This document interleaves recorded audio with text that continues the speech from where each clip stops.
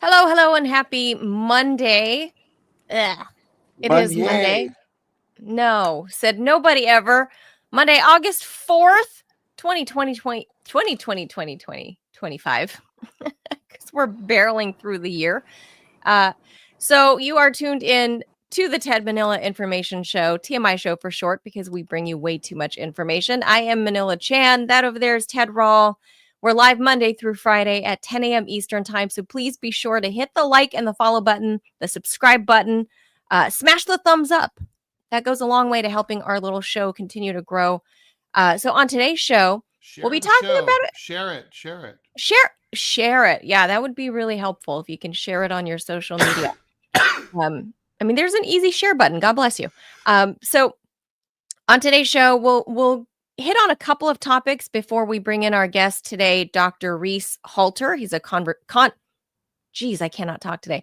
He's a conservation biologist and author to talk about these raging wildfires in the Grand Canyon.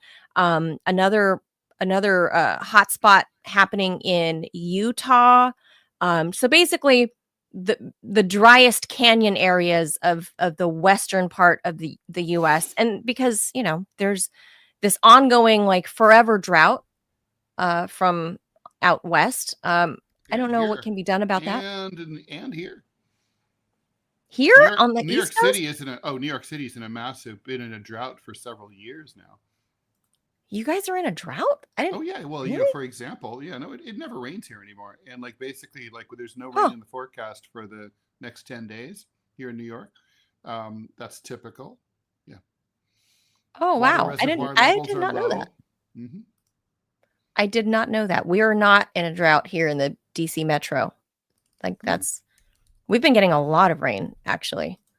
So so we'll be having Dr. Reese on towards the back half of the show. But first, we will cover the drama over redistricting, because I can't talk today. Over in Texas, there was a big political stunt that's making waves. And I think, Ted, that's going to lead to, I think this is a precursor to what we're going to see in 2026 for the midterms. We'll get you the details on that. Then we're going to talk about Ghislaine Maxwell getting shipped off to Camp Cupcake over in Bryan, Texas, where she's, got like a dorm now and she can go out for jogs. It's like minimal security prison. Mm-hmm. What's up with that? You know who's there, Ted, at this particular prison in Texas? Mm-hmm. Elizabeth Holmes, is that her name? Oh, Elizabeth, that's right. She's one of my one of my psycho crushes. Oh, Ted, you and these crazies. Yeah. Mm-hmm. No, I think she's super cute, except she's too young. But yeah. No, she's over 40. Yeah, I'm 61, man. She's too young. Well, I mean, yeah, well, I don't know. Over 40, I know you. I mean, it's legal and all that, but it's not advisable. Let's put it that way. Well, I don't know. I would say over 40, it's kind of fair game. Oh, it's totally fair game. It's just not a good idea. Maybe not the best idea, but yeah. I think you're done growing after age 40. I think you're at a good place that age isn't so. You're probably working on your first divorce. After 40, yeah. Yeah. But I think you've been through enough life that you can date somebody that is plus 20. Mm-hmm. I wouldn't advise going minus 20 if you're 40, but. Oh, yeah, no, for sure. Mm-hmm. No, but Elizabeth Holmes, I think, is still married, and sadly for her, I mean, she has a little kid, but she's one of the inmates there at this minimal security. I'd love to talk to her. I bet she's interesting. Oh, I'm sure she is. So we'll talk about that, and then we'll talk about this whole lawsuit stemming from Los Angeles and other California cities suing the Trump administration over ICE. Mm-hmm. And the Trump administration has suffered another setback because of these lawsuits, and a federal judge basically saying, yeah, you really can't just go in and just scoop everybody up. Just scoop them There's up. also news that we haven't put in here. I know you didn't, and I can see why you didn't put it in. No, I'm not blaming you, but it's personal. Dave Edmunds, the legendary new wave rocker, has had a major health crisis, a major heart attack, and may be about to die. I'm a huge fan. For people who are fans of punk and new wave, he was all over the charts in the late 70s when he did 4 or 5 records with Nick Lowe. If you look at all the really classic Nick Lowe records, and Dave Edmunds albums from the late 70s, they were on each other's albums. They did an album together called Rockpile with the song Teacher Teacher. And his biggest hit was a cover of I Hear You Rockin'. But basically, he was a rock and roll classicist who did really classy recordings of rock. So that's kind of like the best way to describe it. Great songs like how old is he? I didn't know the original version of Girls Talk, covered by Elvis Costello, by Dave Edmunds. How old is Dave Edmunds? Dave is probably like in his, he's probably pushing 80. Yeah, I didn't know he was that old. But well, I mean, Lonnie Anderson. His first album came out in 1968, right? I mean, he was an old hippie blues guy, white blues guy who was in a band called Love Sculpture. Some people consider Dave Edmunds to be one of the finest guitarists in rock and roll. Maybe some would argue the finest. I wouldn't go that far in a world with Jimi Hendrix, but I definitely. I didn't know he was that old. Well, we also just lost Lonnie Anderson. True. Right? WKRP in Cincinnati. Is Burt Reynolds still alive? Her ex-husband? I don't know. I believe not.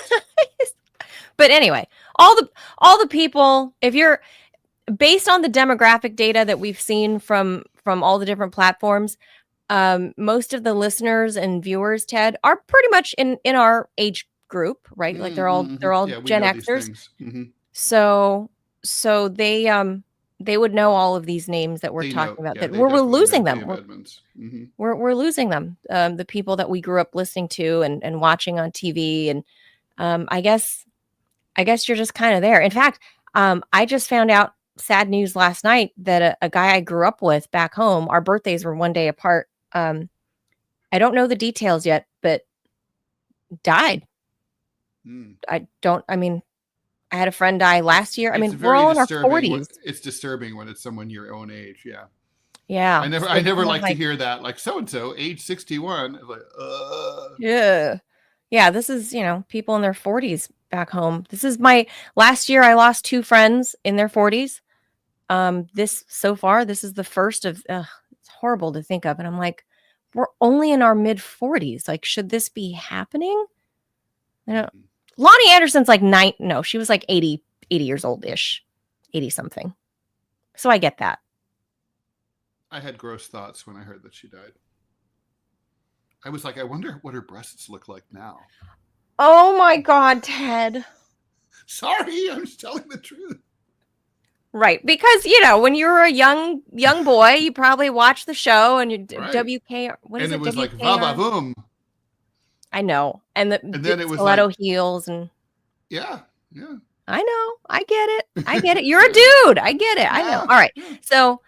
So, where were we? Then late at the end of the show, we're not going to be talking about boobs. We'll be talking about like actual, literally a firestorm. Yeah, the firestorm in Arizona and elsewhere. Yeah. Literally, like, I did not know these things. By the way, today, New York City is suffering from Canadian wildfire smoke. Oh, are you guys again? Mm-hmm. Are the Canadians going after you guys again? They are. Yeah. It's Trudeau's revenge. Oh, that's true. Yeah, but he's got Katy Perry now. He might be. True. He's walking on sunshine. Maybe. All right, let's get to the news. Mm-hmm.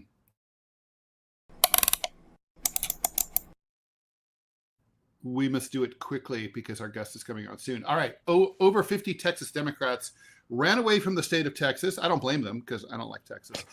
In an attempt to prevent Republicans from holding a vote in the state house on a new congressional district map. So the way this all went down was a little while ago, Donald Trump basically heard that, like, if Usually redistricting happens every 10 years after the census, right? The most recent census was 2020. The next one's 2030. So normally the parties have to wait until 5 years from now.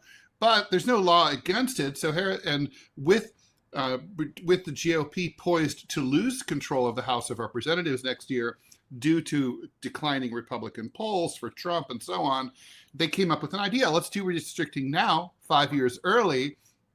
And that way we can pick up probably as many as 5 seats if we get rid of some black seats in the Texas State House. And so that's what they came up with. They were like, well, we can add 5 seats and that'll give the GOP some wiggle room if they lose fewer than that next year. The Democrats heard about that and they decided to do something that they did a few years ago. You might remember the runaway Democrats. Well, they're the runaway Democrats again. And this time they have taken off to places like Chicago and inexplicably Albany. I'm not sure why they went there, but anyway, the tactic here is without them, even though the Republicans control the state house, they can't do any business because they don't have a quorum. And under parliamentary procedure, you have to have a minimum number of people present in a parliamentary body in order to have a vote. So that's all a complicated way to say that basically it's like, okay, you guys can do what you want, but you're going to need us to be around to do what you want. So we're going to be gone and you're going to have to find us, blah, yeah, yeah, yeah, yeah, yeah. All right. So Texas AG Ken Paxton said he's going to hunt down the Democrats and said they should be arrested. The Democrats said that there's no authority whatsoever for them to do that. And anyway, that there's no way the governor of Texas can send state troopers to Chicago. That's obviously true. But what about when they return? When they could be arrested when they return, of course. It's hard to say what they would be charged with. I don't know that this is illegal. The governor said traveling. Yeah, travel ban. Yeah, maybe they're pregnant. Remember the abortion travel ban? That's right. Said that they'll remove the missing Democrats from membership in the Texas House.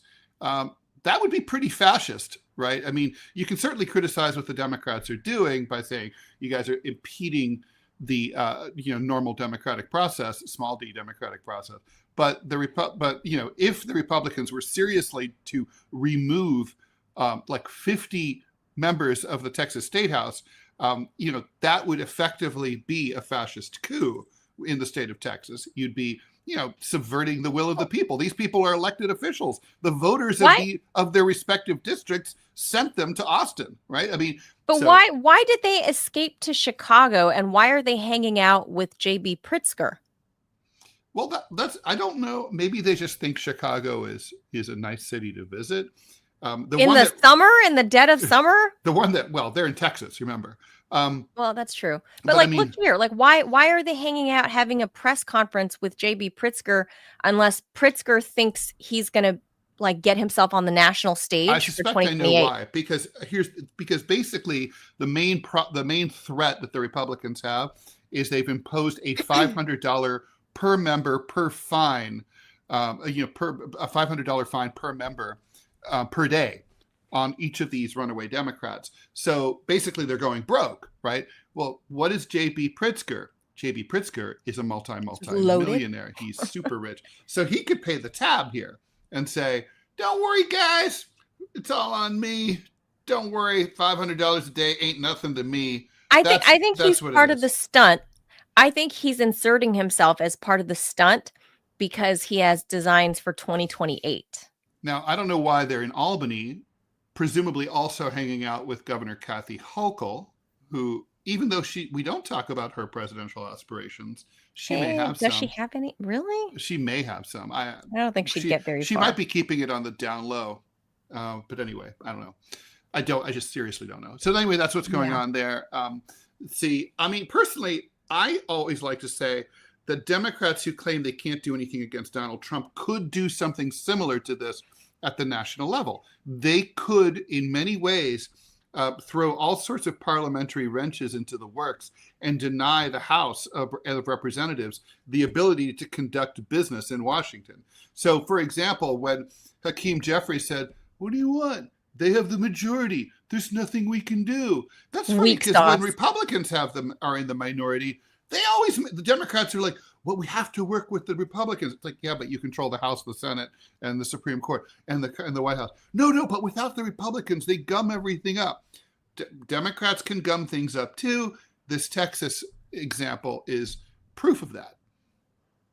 Yeah, well, you know, once you get to the national level, when you're on Capitol Hill, you get weak sauce. It's like you just yeah, you get pussy juice, and not the good kind. Yeah.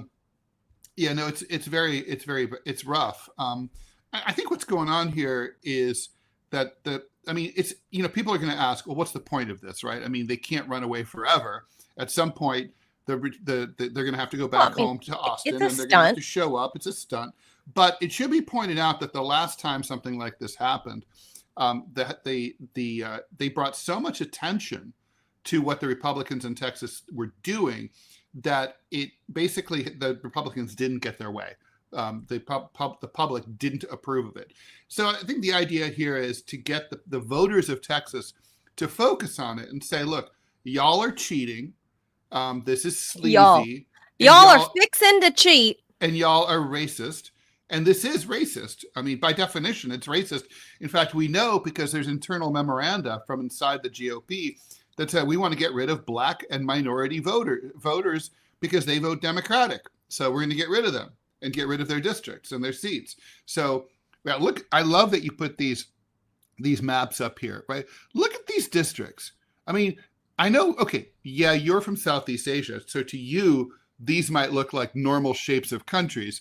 But remember, those were drawn by French cartographers who are now causing wars 100 years later. So similarly, look at these. I mean, oh my God, look at these districts though, right? I mean, look at District 2 there. In either the proposed or the current one. I mean, you can't tell me. I don't know anything about Harris County, Texas. You cannot tell me though, however, that like the people who are on one end of that district have anything culturally or politically in common with the people on the other side of that district, right? I mean, why are they renumbering them? They're gerrymandered because because there's population changes. So they're eliminating some seats. So if the population of Texas area, do you see that? If the population of Texas goes up, they're entitled to more seats, and vice versa. Yeah. This, like the current District 18 is shaped like a C, and the part in the middle, it's a donut almost. It goes all the way around. Almost, but then the green part in the middle, and obviously because I'm a female, I think it looks like a uterus and fallopian tubes and ovaries. Is Harris County Houston or Dallas? I don't remember, but anyway. I think that looks like a Houston area because it's near the water. Yeah, I think you're right. Okay, so that's Houston, and so that must be. I don't know Houston. I don't know my friend Nick. I should ask my friend Nick Anderson of the Houston Chronicle what this is all about. But anyway, the point is this is gerrymandering. We should move on. We have our guests coming on. Ghislaine Maxwell, convicted. Ghislaine, whatever. Ghislaine Maxwell. Also a cutie, but a chomo. The convicted. Oh my God, Ted! You're not telling me she's not cute. She's cute. She's not sexy though. She's cute. The convicted sex trafficker and longtime associate of Jeffrey Epstein has been quietly, well, maybe not so quietly, but has been moved from federal prison in Florida over to a club-fed, low-security facility in Texas. That, according to the Bureau of Prisons. The transfer it follows a move by her attorneys to ask the U.S. Supreme Court to overturn her conviction. At the same time, she's seeking a pardon or commutation from Trump in exchange for her blabbing and talking and cooperating about the Epstein files. She spent 2 days last week talking to Deputy Attorney General Todd Blanche at a courthouse near the Tallahassee prison where she was. Now, the family of the late Virginia, I can never pronounce her name. Giuffre. Thank you. That the transfer is part of an undisclosed deal between the DOJ and the Trump administration. Gee, you think? In recent days, they've expressed worry that Trump and presidentially appointed leaders in the DOJ are trying to silence her without receiving any input from the accusers who say that she and Epstein sexually abused them. Okay, so I know what's going on here. I thought about it. Okay, tell me. Basically, the deal is like this. It's so what is Trump's narrative? Trump's narrative is, well, we were going to open all the files. When we got into the files, however, me and Pam Bondi got in there and we looked, and it turned out that really there were no rich and powerful men who were trafficked at all, who got underage ladies. So the only real perpetrators were Jeffrey and Ghislaine, right? Ghislaine. So no, wait. Ghislaine's actually better, maybe. But anyway, but like, because you like saying Jizz. I do. Lane. I do. Like to say that. But wait. So Ghislaine. So let me finish my theory. So Ghislaine. So basically, that's the narrative, right? Well, MAGA world doesn't believe that because, of course, for the simple reason that it can't be for true. logical reasons. Yeah, because it can't be true, and now a lot of Democrats are having fun with it too. So, what's the answer here? The only loose end here is her, and they can't get her to suicide herself. So, what's the next best thing? You got to get her to confirm that story. That's what you got to do. Now, what does she want in exchange for having that story confirmed? Well, she wants to be released, right? So, yeah, of course. She'll be released in exchange for, or released or given some kind of sweetheart deal in exchange for the following. She gives her depositions and she says, it was all Jeffrey. There was no one else. It was not she just Donald needs to J. close Trump. the hole. It close was the not gap. Bill Clinton. It was no one else. It was just Jeffrey. If she Jeffrey basically she knows did all of that to all the girls. She knows what they want to hear, and she has to say it. And then she has to never say anything about this or maybe anything else ever again. That's the deal. I totally agree. Okay. We all know that is bullshit.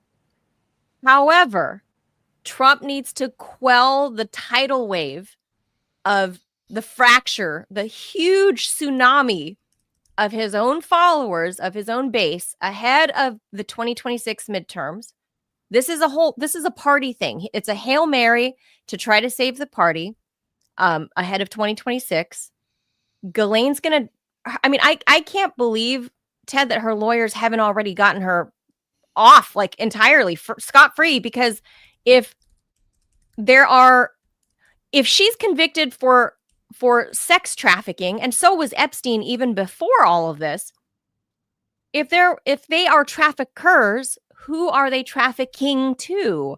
And if there is no list and there is no crime, then Ghislaine should walk free. She's almost walking free. If you look at the video here from who am I looking at?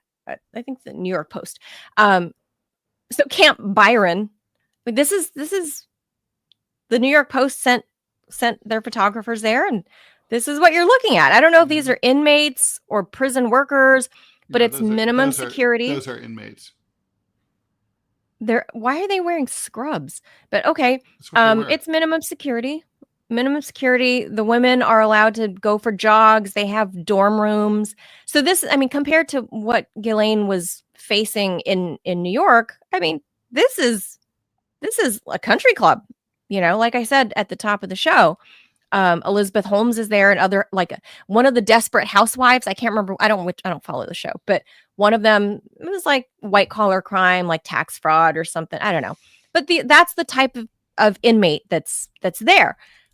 Here's where things get sketchy for me of why she shouldn't have been shipped here, because in the specific rules or charter or whatever you call it for this federal prison, it says it's for non-violent offenders.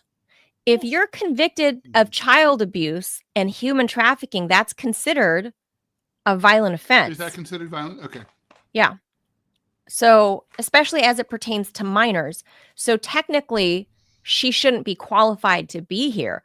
And Virginia Giuffre, she's not going to be there very long. Family. This is typically a path toward release. It's a transitional. I think so. I think so. All right, and I okay, think so. but And Dr. Reese says he's running a couple minutes late, so he says he'll be there. perfect. Robbie, put up that ad. In the meanwhile, Yeah, so we'll pause there. We and, got a word from our sponsor. okay, but we're going to pause in a bit here because we have to see the ad first in order We can read it. All right. Up. The Trump administration suffered another setback late Friday. Oh, here's the ad. Okay, we'll tell you about that later. Okay, ready to level up your game? AIM Controllers is where custom meets unbeatable value, and right now it's the best deal of the year. We start with official Sony and Xbox controllers, fully compatible with console and PC. No functionality lost. Then you go wild with custom features, smart bumpers, paddles, grips, stick height, custom buttons, even design your own PS5 snap panels. And here's the part no one else is doing: lifetime warranty on all modified parts. That's right, lifetime. What other company does that? Exactly. Normally, a fully loaded setup could run you $400, but during our one price promo, it's just $209 or 182 euros, no matter how many features you add. Use code RUMBLE at checkout and lock it in. This is your sign. Go to AIM, that's AIM, controllers.com, and build the last controller you'll ever need.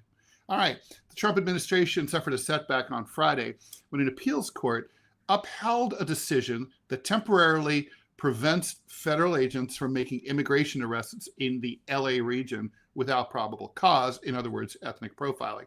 Three-judge panel of the U.S. Court of Appeals for the Ninth Circuit, that's up there in San Francisco, it's a liberal court, affirmed a lower court's finding that the raids appeared to exclusively rely on a person's race and other factors like speaking Spanish. Good thing I never learned Spanish properly. I tried, it just never took. The panel's decision merely allows a temporary restraining order that had been imposed by the lower court to stay in place. For now, the far-reaching operations that began in June as the case proceeds through the courts are on hold. Judge I don't know how you pronounce that, it's M-A-A-M-E, Frimpong of Federal District Court in Los Angeles scheduled a hearing in late September as she weighs a longer lasting who knows order known as a preliminary injunction. The appellate judges wrote that the plaintiffs are likely to succeed in showing that federal agents made arrests based on how they looked, how people spoke, and where they lived or worked. In other words, they didn't have specific knowledge that these people were here illegally. They just profiled them. Civil rights groups led by the ACLU of Southern California, parenthetically, fuck you, ACLU of Southern California, for pussing out on the LA Times case, and public counsel filed suit on July 2nd accusing the Trump administration of unconstitutional sweeps since early June. Nearly 3,000 people have been arrested. In their 61-page ruling, the judges said it was likely the arrests were made without reasonable suspicion. They added that because their arrests were part of a pattern of officially sanctioned behavior, they're likely to recur unless the courts intervene. The city and county of LA and 7 other municipalities joined the lawsuit after heavily armed goons escorted by the National Guard marched through MacArthur Park in the heart of a bustling Latino enclave near downtown LA on July 7th. The government can now ask all the active Ninth Circuit judges to reconsider, or it can ask SCOTUS to issue a stay. We know what they're probably going to do here because SCOTUS is friendlier to Trump. The judge issued the order on July 11th saying that roving patrols of federal agents were making arrests in violation of the Fourth Amendment. I think, Manila, it's really clear that that's true, right? I mean, the Fourth Amendment protects you and me from and undocumented people from unreasonable search and seizure. And it is unreasonable to go to be searched and seized with basically based on the way you look, talk, dress, and whatever. Courts have ruled that repeatedly. You're standing outside Home Depot, and which is why they've even arrested Latino Army vets who were born in the United States and are full U.S. citizens, and they've been held for days and weeks in some cases. Yeah. So this is ethnic profiling. It's illegal. It's unconstitutional. I wonder what SCOTUS is going to do here. I mean, there's the right thing, and then there's what they probably will do. Well, I mean, the letter of the law, the Fourth Amendment specifically protects all people on this soil from the unreasonable search and seizure. Of course, that doesn't happen, usually, I mean, you hear about this stuff every single day at every city in America, right? Where there's unreasonable search and seizure. Where they pull you over for a broken tail light, a cop, will pull you over for something like that. And then just to suddenly tell you, I sniffed something in your car, get out. And they start searching your car.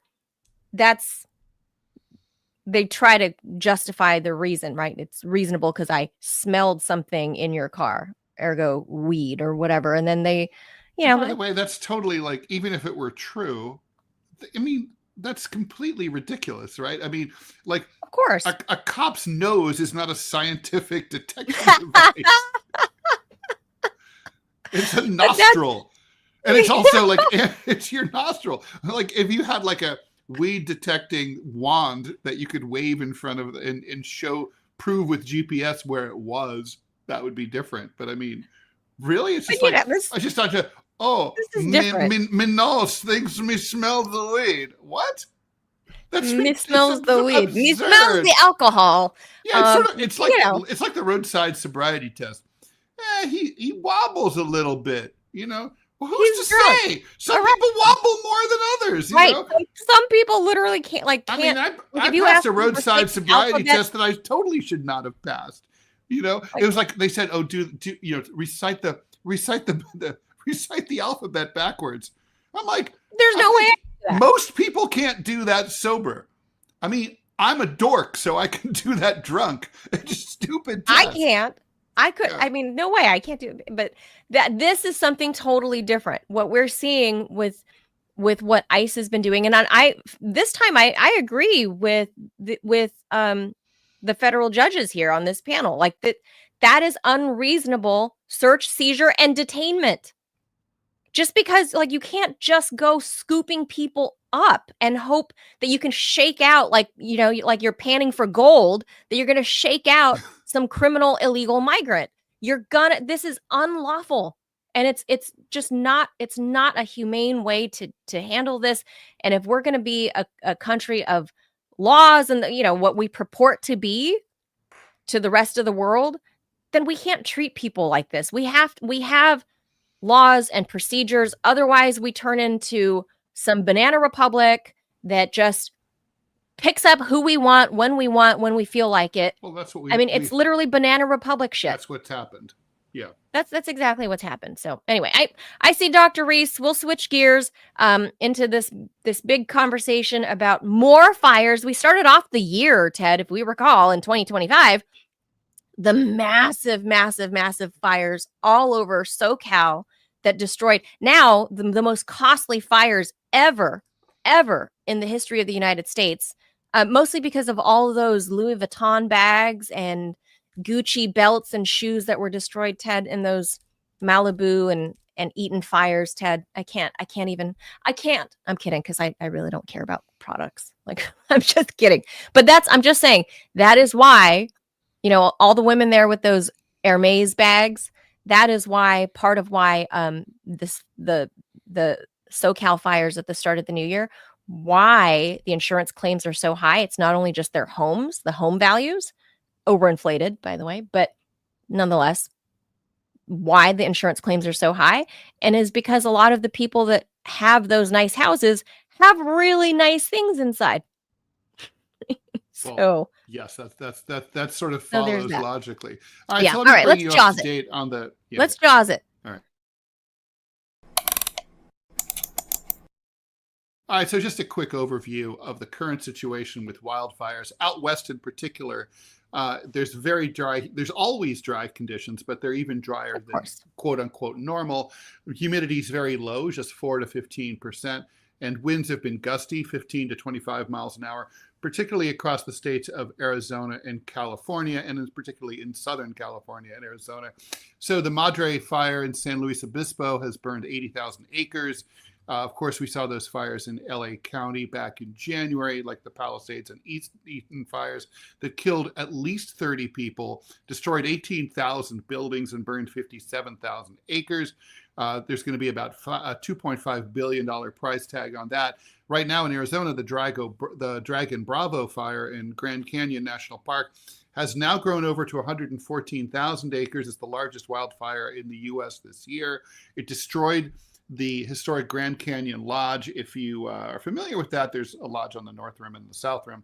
This is the one on the North Rim, and other buildings. Containment's been reduced to 13%. Firefighting is complicated by the terrain and wind patterns, which are pretty wild there. New Mexico, the Laguna wildfires soil burn severity map shows 81% lower unburned severity. So there's not much going on there compared to before. Dry lightning and gusty winds have increased fire risks in Utah, Nevada, southern Idaho, eastern Oregon, and western Montana. Nationwide, 10,500 wildland firefighters are currently working. 35 large fires are uncontained. Last but not least, in Saskatchewan and Manitoba. In Canada, major fires include the Lower Fishing Lake fire, 554,000 hectares. That's a metric thing. West of the La Ronge, 207,000 hectares. All others listed out of control. Canada is at national preparedness level 5. 200 fires are currently burning, 97 completely uncontained, 33,000 people evacuated. U.S. air quality is plunging across the United States, particularly in the northern part, including places like New York City, where it's meant to be hazy all day today. I can smell it. I'm suffering. My eyes are watering and my lungs are burning. And with that, take it away and bring in Dr. Reese. All right, let's bring in our friend of the show, of course, Dr. Reese Halter. He is an award-winning broadcaster, distinguished conservation biologist, and author. His latest book that is out now is called Gen Z Emergency, and you can follow him on Twitter at Relentless Reese. And of course, go to his website, Dr. Reese, DRREESE, Dr. Reese.com. So Dr. Reese, we gotta address these wild images coming out of the Grand Canyon, what they're calling the Dragon Bravo fire.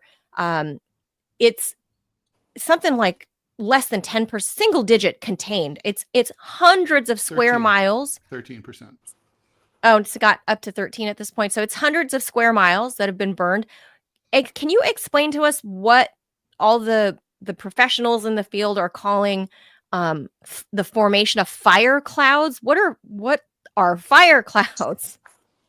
Right. Good morning. Look, these fires, when a wildfire gets to a critical size, it creates its own weather, believe this or not. First of all, these little firebrands, the little embers, are some 5, 6, 8 miles in front of the firestorm. They're landing and lighting fires. These pyro clouds that form have lightning. You have dry lightning, zapping, starting fires all over the area. These are, well, we're in the fire age is where we are. It's dry. A drought is, if you look at a drought map, it's terrifying. The world is enveloped by drought. If you're in Iran, I'm sorry, Iranians, for you. If you're in the capital city of Tehran, 10 million people, you are days, not weeks now, days away from no water. This is 10 million people. This is just one snapshot in time. The year before last, it was South Africa, a city of 3-4 million. They were within weeks of no fresh water. The heat, globally, we're on a tear, just to put things into perspective, because 96, 97% of the livable space on planet Earth are the ocean. The ocean we're the blue planet. The oceans are broiling. The hottest year years have been 23, 24, 25 for the oceans. The oceans drive planetary climate. To put it into some kind of perspective, I can't even fathom these numbers. 870,000 Hiroshima bombs every day worth of heat are going into our ocean from combustion. When you burn something, matter is neither created nor destroyed, rather, it's transformed, meaning that over 90% of the heat from burning coal, gas, palm oil, which is used daily by a couple billion people in China and India. Let me remind you, India has surpassed China as the most populous nation of the world, 1.4 plus billion procreating humans. They mostly use palm oil. Palm oil is 4 times, not 40%, 4 times stronger at trapping heat than fossil fuels. So palm oil, wood pellets, and fossil fuels, when they're burned, 90+% of that heat goes into the ocean. Until recently, the oceans have been storing it. So out of mind, out of sight, out of mind. It's surfacing, it's causing stratification, meaning that in the ocean, oxygen is in short supply. There are massive zones, dead zones, or oxygenless zones at the surface where animals cannot live. Now we're faced with oxygenless zones on the bottom of the ocean floor because we have marine ocean bottom heat waves lasting 6 months. Oh my God. Dr. Reese, I remember several years back on my old RT show, we had you discuss, because you're an expert in Australia because you went to school down there and did a lot of your work down there. We covered those massive fires there a few years ago, and Yeah. people were really struck by the images of like scorched little koalas, and so that really Oh, resonated with people. Um, yeah. but given given the size of like fires like what we saw in Australia a few years ago, look at the horses. The fires that we saw in Australia, and now the fires that we saw at the beginning of this year across Southern California, and now these fires across like the wild west, Utah, Arizona, like just massive, hundreds and hundreds and hundreds of miles. Then you add the East Coast. What Ted said was the Canadians, they're having their own fires that are reaching the air quality in New York. Do massive fires at that scale, do they impact like marine life and ocean life too? Yeah. It does? Yeah. Yeah. And by the way, Canada is experiencing its second worst fire season after its worst fire season of 2023. The big concern, Ted and Manila, the really big overarch concern now, other than the obvious immediate destruction and heat, are the animals. So I've done a rough calculation. It's looking like in the last 10 years alone, this is a rough approximation, we've lost approximately 7 billion large animals all over the world, whether it's in Australia, whether it's in America, whether it's in Russia, whether it's in the Amazon, the Congo, Southeast Asia, Canada, all over the map. Now, the real concern, other than the agony of our brothers and sisters, the animals, are their role in the forests for cycling minerals, nutrients, energy, and overall health and system fitness. That is to say, the animals spread the seed. The animals have a hierarchy where they keep populations in check. the animals spread all of the fungi all over. The animals are the keepers of the forest. They have languages undeciphered, albeit they bring liveliness. They are the forest. They are, if as some people say, the trees and native forests are the lungs of the planet, the animals are the veins and arteries, and the little ones like the earthworms and the bees and the hoverflies and so many others are the capillaries. We can't go on and even think about repairing these systems minus the animals. That's where we are right now. Dr. Reese, we've got a viewer question for you if you Mm-hmm. can answer Sure. for Juan Don.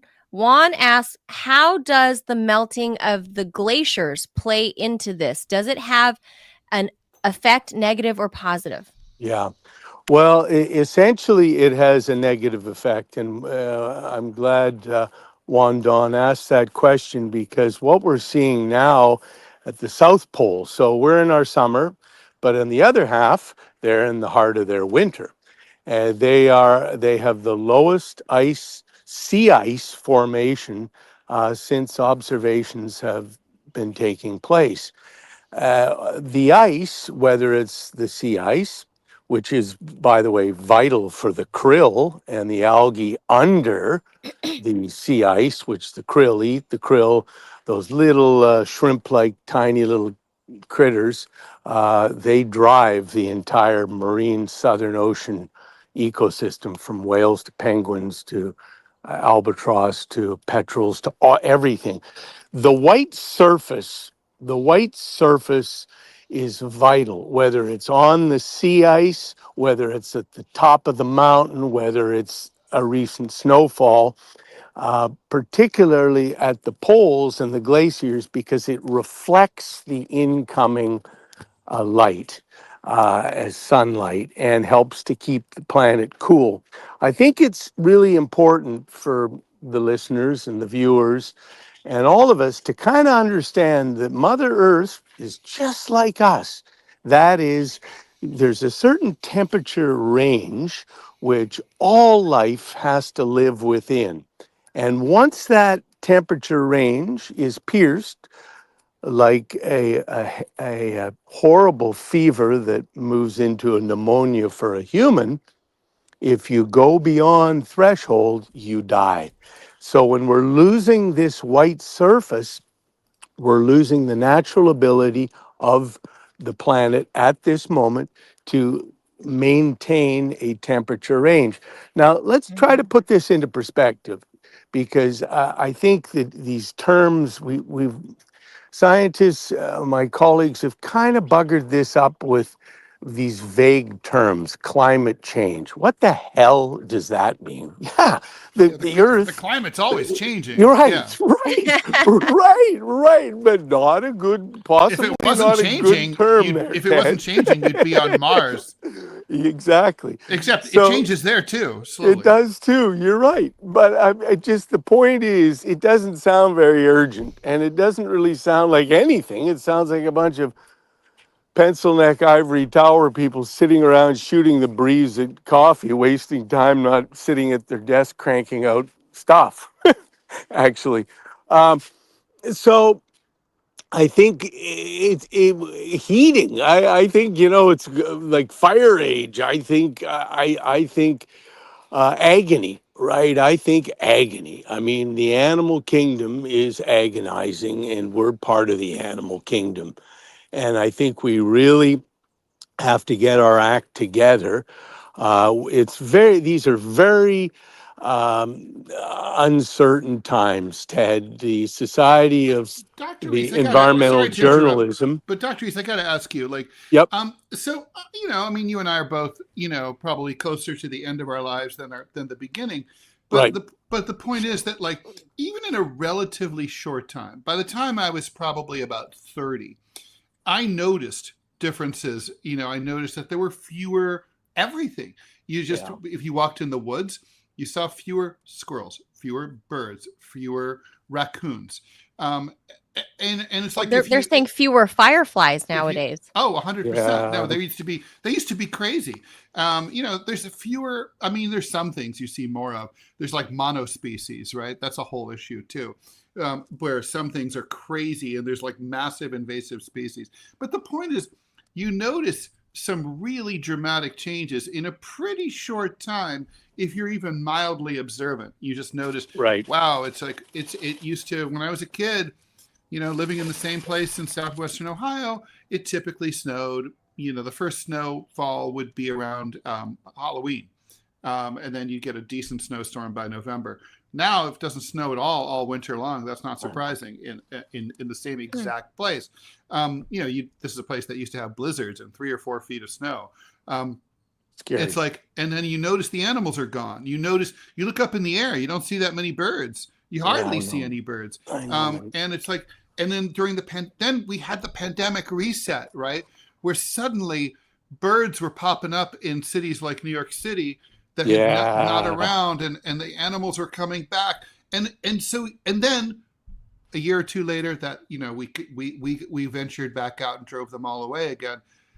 How come the cliche is that it's the frog that doesn't notice as the water's slowly getting hotter.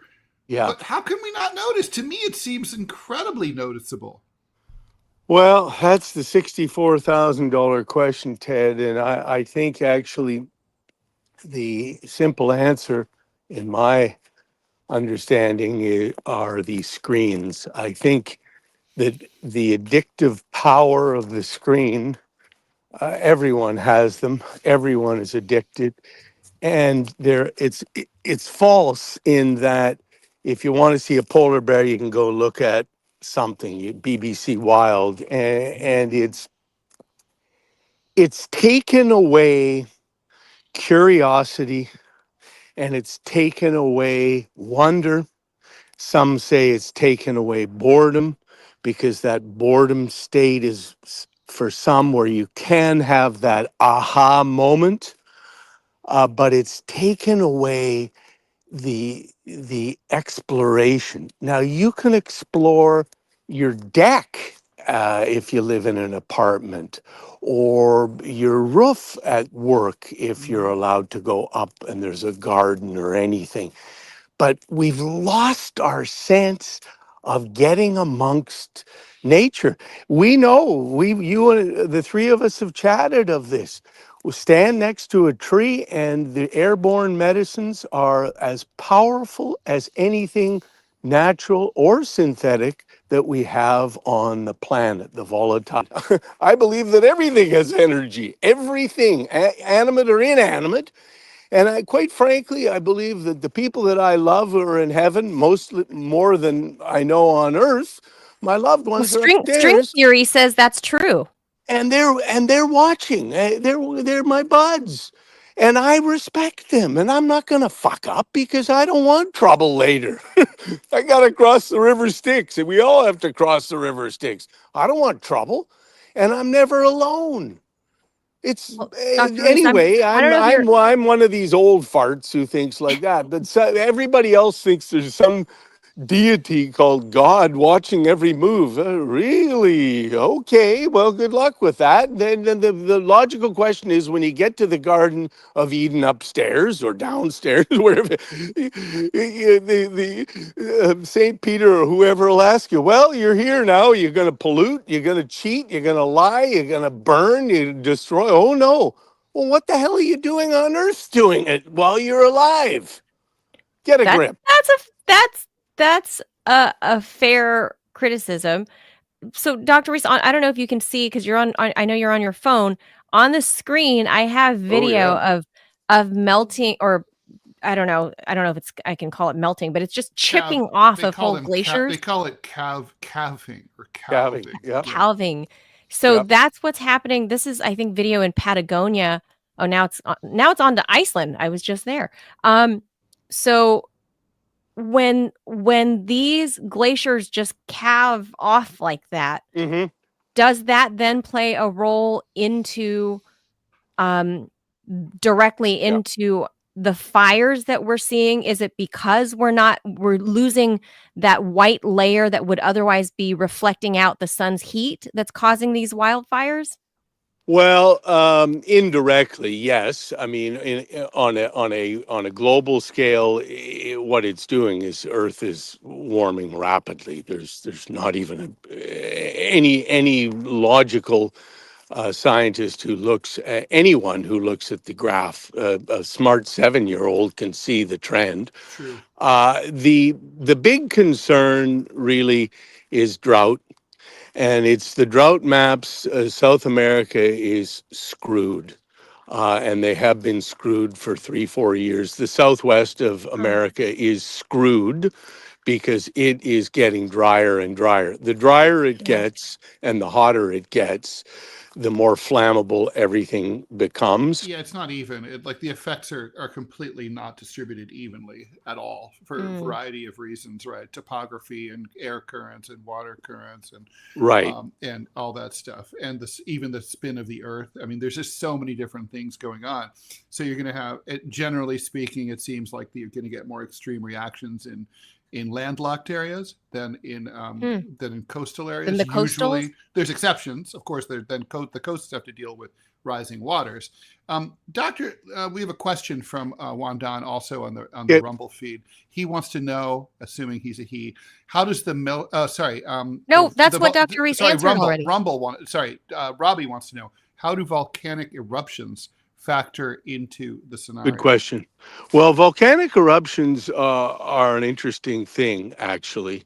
Number one, the short term effect is actually they're cooling. And that's why Earth is in a wee bit of a cool, just a little nib has come down. It's a little The bit like dust. geoengineering, yeah. Yeah, the dust. But overall, volcanism spews immense amounts of greenhouse CO2 and greenhouse gases that heat it up. Because before humans, imagine there was life before humans. Yeah, imagine Mostly, that. mostly. Uh, Dr. Reese, I just want to point out the video that's on screen right now. So after we had that massive earthquake in yep, off the Russian peninsula, the yep, Eastern Peninsula, yep. that 8 point, I mean, it was almost a 9 point earthquake.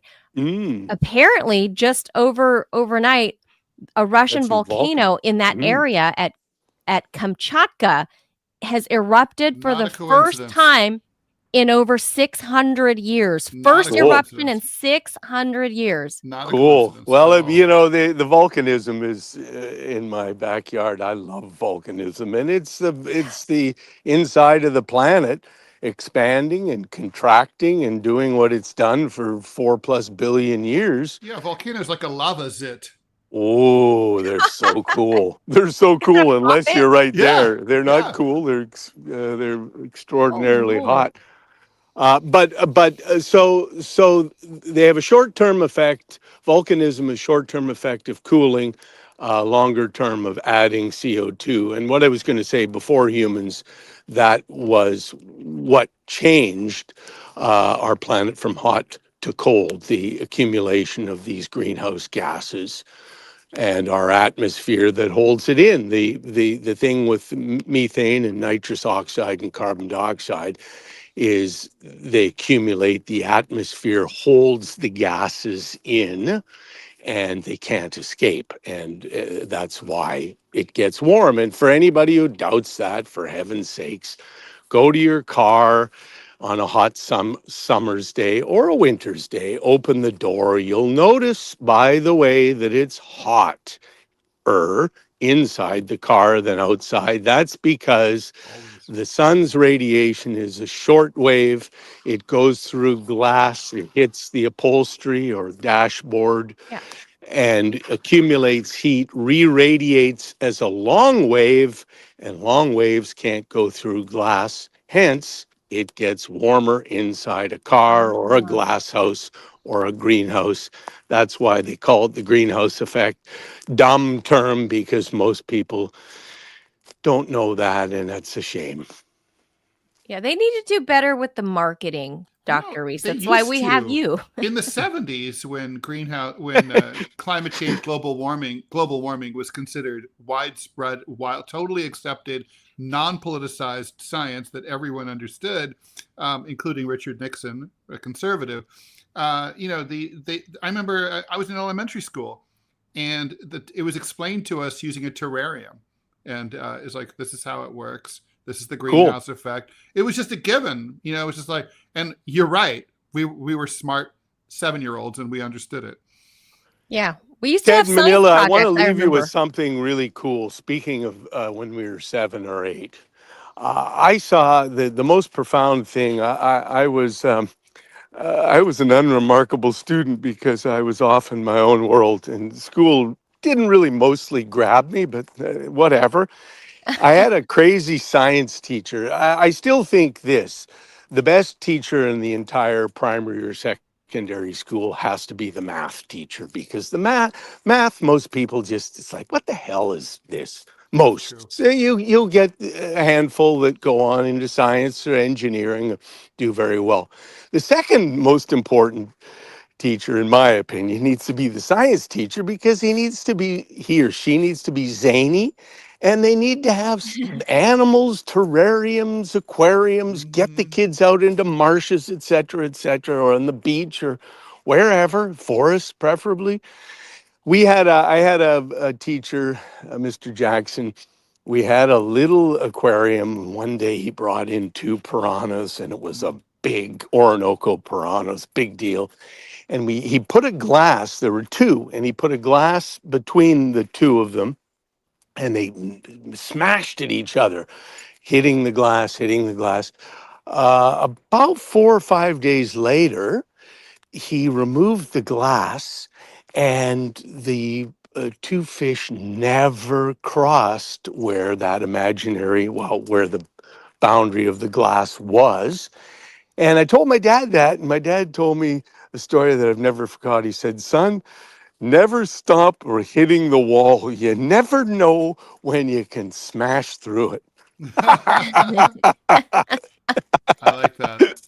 That's true. So I've got Thanks. Dr. Reese's book there up on screen, Gen Z Emergency. You can go find it direct on his website, actually. Go to drreese.com.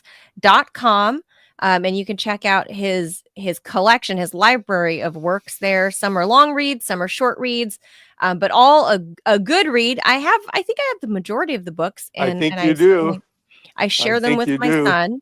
Oh, Because wonderful. I do want, I mean, we do composting. Well, you know that, Dr. Reese, you're my friend, Yes, you're we do growers, you're composting and all that. farmers, you're Yeah. urban farmers, and So it's not that's the easy wonderful in thing. the suburbs, because they do a lot of, rules around what you can or I cannot know. have on your property. But all You you can do do what is you can try, do. like you said, Yeah, and you do what you you keep can do. smashing on the glass until maybe you break through or the glass isn't there anymore. So there you go. Absolutely right. Or Dr. Good. Reese DOA puts Halter, you in prison. Yeah. or that. Let's not go Dr. there, Reese Ted. Halter, always appreciate your time and making science, like understandable and digestible for those of us who are not scientists. So we always Yeah, and you appreciate let that. me Thank you rant. so Thanks much. very much, guys. We'll see you Thank you Always soon. so All much, appreciate it. right. Doctor. Always a Okay. pleasure. Ta-da. Thank you. He's always a blast, and he does make it really easy for us to understand with, like tangible Yeah, like examples like the that car. car explanation. So good. Yeah. Yeah, because everybody can understand that, and it takes forever for that heat. Even if you turn on the AC and you open the windows, even that heat doesn't dissipate as quickly. I didn't know that it was considered, what do you call it? Long wave? Yep. Long wave Mm-hmm. heat. I mean, I don't know the science of that stuff. That's not the world I live in, but now I understand. Science is the world you live in. Well, no, I don't, you know what I mean. I live in the world that exists in science, but I just want to say this fucking volcano in Russia, I can't, like, I forgot to put it on here because it literally just happened, and we had Dr. Reese coming on, and I'm glad that we got to it. So I want to say, okay, how do I pronounce this? Krashenin Krasheninnikov volcano. Krasheninnikov. that'd be Krasheninnikov. That's what it is. Krasheninnikov volcano. Krasheninnikov. Volcano. That looks 600 like a years. nice place to put. LA Times publishers would look good in that crater. Ted, 600 years since this thing erupted, and Vladimir Putin knows all of the history going back 1,200 years for sure. So he could probably. So obviously, yeah. I mean, look, seismic areas of volcanic activity and seismic activity are intimately related, and so kind of like whenever a volcano is about to blow, there's always earthquakes that precede it. So I didn't even know this. That was that was like, by the way, I'm back. That was the hors d'oeuvres. Right. The 8.8 was nothing. I didn't even know that they had one there. Oh no. It's famous. It's not just a volcano either. It's a big volcano.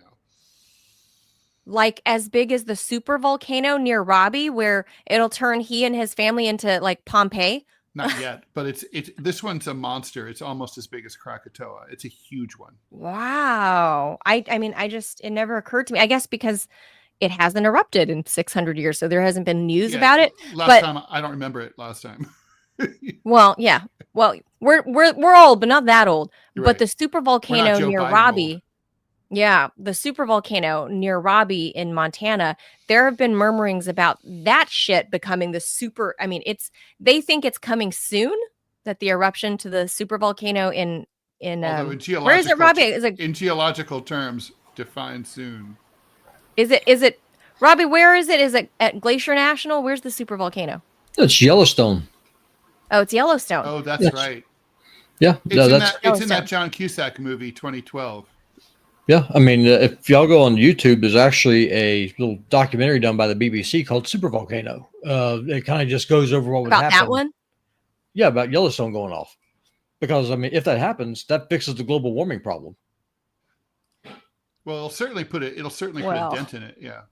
Well, I mean, it's going to kill like half the global population through starvation, weather change. Yeah, because it'll literally change the plume of ash that it would like distribute all around the world, like the whole, I mean, across the northern hemisphere. It was. Yeah.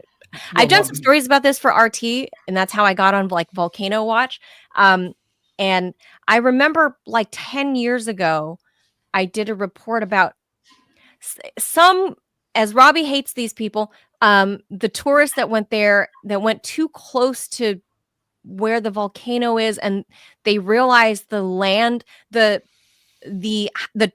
paved trail in that area, that the concrete or tar or whatever it was melting, and their shoes got stuck. They couldn't like really get out. Like people were having flypaper. They were like the tar was melting. And so I remember 10 years ago, people were saying that the super volcano at Yellowstone was going to blow because the ground was getting so hot that the tar was melting. No one knows what's going to happen. I mean, let's be honest. Nobody knows. No, nobody knows. I mean, that's crazy. That's one of the reasons why, like all this global warming, all these models, I don't put any stock into it. Weather and geology are so complicated, the human mind cannot comprehend it. And the fact that we think that we can shows how arrogant that we have become as a people. We are less than nothing. I think at the very least, what we can do, like the Earth didn't come with forever chemicals and PPE packaging, and the Earth didn't come that way. The least we can do is like not throw it into a landfill. Because I agree with you there. But I mean, but saying that human beings, we have the power to destroy ourselves. We don't have the power to destroy the planet. I mean, let's just be honest. That's not destroy it as we know it, maybe, and then the Earth will regenerate and start over. Like that's agreed.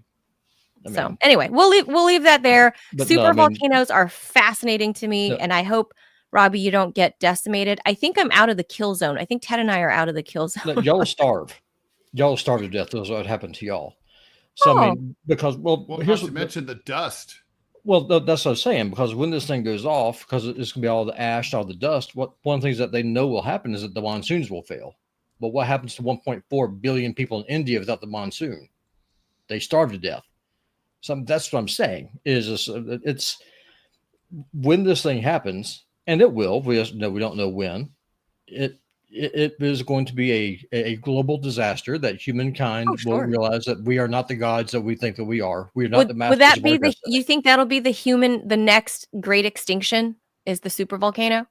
No, I think that's going to be that'll be the wake up call. I mean, me personally, I think that in the book of Revelation, I think that's the locusts from hell. I think that's where they're going to come from. But there's nothing to prove that, but that's my personal opinion. But I don't know. I think something even bigger and scarier is happening from the eastern Russian peninsula, and this volcano, the mega quake. Like that's. I would be more worried about. I would be more worried about an asteroid or a comet smacking the planet. I think that's a more realistic issue than Yellowstone going off, at least in the short term. Yeah. I don't know. All right. Well, we'll leave that there. So happy Monday. Let's not die from huge comets, meteors, or asteroids, or whatever, or giant volcanoes. But, there's that. Thank you all for tuning in. That's going to do it for your Monday. I'm Manila Chan. That's Ted Rall. That's producer Robbie. Thanks for being here. We'll be back mañana. I might get deported for saying that, Ted. I'm brown, and I said a Spanish word. I dare you, ICE. Don't do that. Don't do that. I would send ICE to every Home Depot today if I could. Every single one. I go to Home Depot. Don't deport me. Home Depot. I was just there this weekend. I wouldn't be fine. You'll be fine. Look at my swarthy complexion. You'll be okay. And my amazing Spanish accent. You're tall and pale enough. You're not what? pale, but tall and pale enough for what? To be deported? To escape ICE. Well, I mean, they would deport you to France. They are chubby dudes, right? Those guys. I mean, if they deport you to France, would you honestly mind? Of course, but they wouldn't send Ted to France. They would if Ted got swept up in like the dragnet. They don't South Sudan they for me. Yeah, they'll send you to South Sudan or can we deport my prison in El Salvador? Can we deport my manager to South Sudan and the people doing this HR training? I was trying to not go there. Robbie, again, before I really thought about it, Robbie. I really thought about slightly betraying you and starting the show early so people can catch that. It would have been a huge I wanted you to record it just so that we'd have the option to show it. I couldn't record with Robbie's full consent. I couldn't record because we were ready to go on air, and all I had was the live option. Okay, we got to explain what's going on. Yeah, Robbie, for a second time in under a year, lampooned is a better word. Harpooned. Eviscerated his boss on the phone. He's on the phone with his boss, and he's basically like, "You're a moron. You're a retard. You're my biggest fucking problem. I can't. The reason I can't get my job done properly is because of you. Just get the fuck out of the way." I don't think he dropped any F-bombs, but otherwise, all of the rest of it's accurate. But I was cringing, and I was like, "No, Robbie, don't stop!" He called her a retard to her face. He literally called her a retard, and I was maybe not to her face because it was on the phone. But anyway, on the phone, but still, and this is the manager was on Robbie's ass. Retard. The manager was on Robbie's ass because they're making him do like man sensitivity training or something. Yeah, so this is actually a good topic, right? And we should do it. If anybody knows an expert on toxic masculinity, I mean an academic expert on the theory of toxic masculinity, please get in touch with Manila or myself or Robbie, and we'll get you on the show. Here's the inbox. So basically, short version, then we'll let you all go.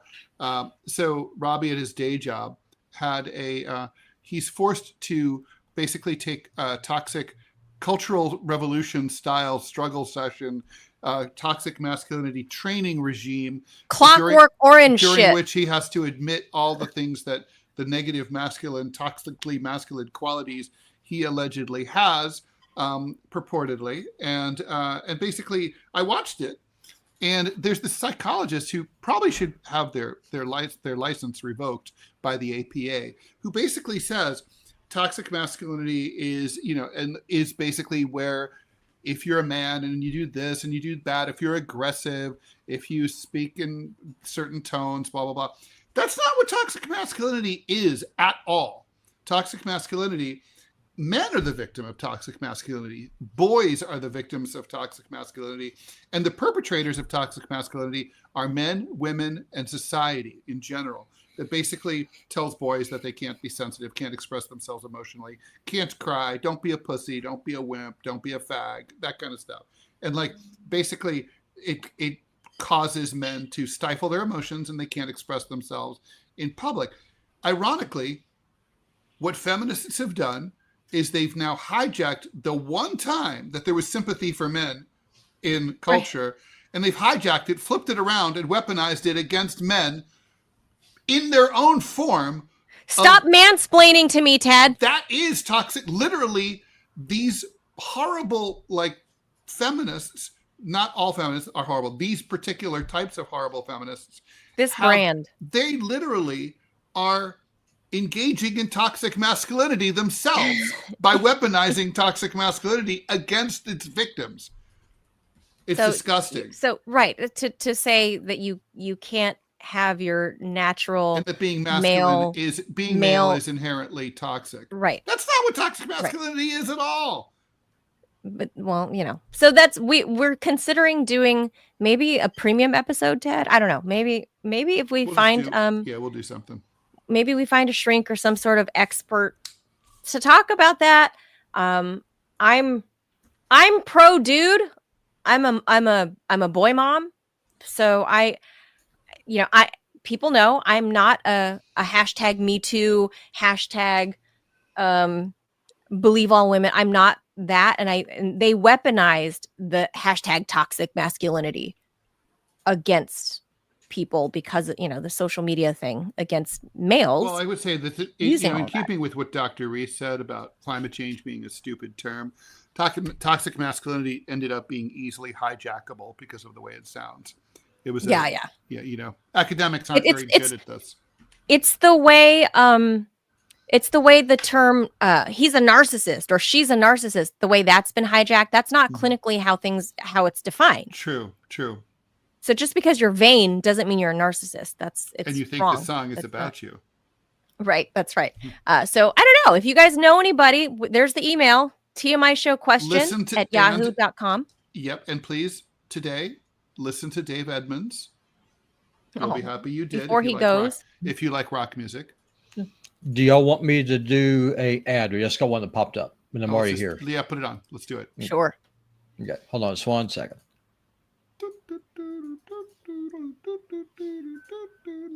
All right, outdoor crew. If you're into fishing, camping, or getting off the grid, meet your new best friend, the Hunter Orange 25 quart cooler from Caddis Sports.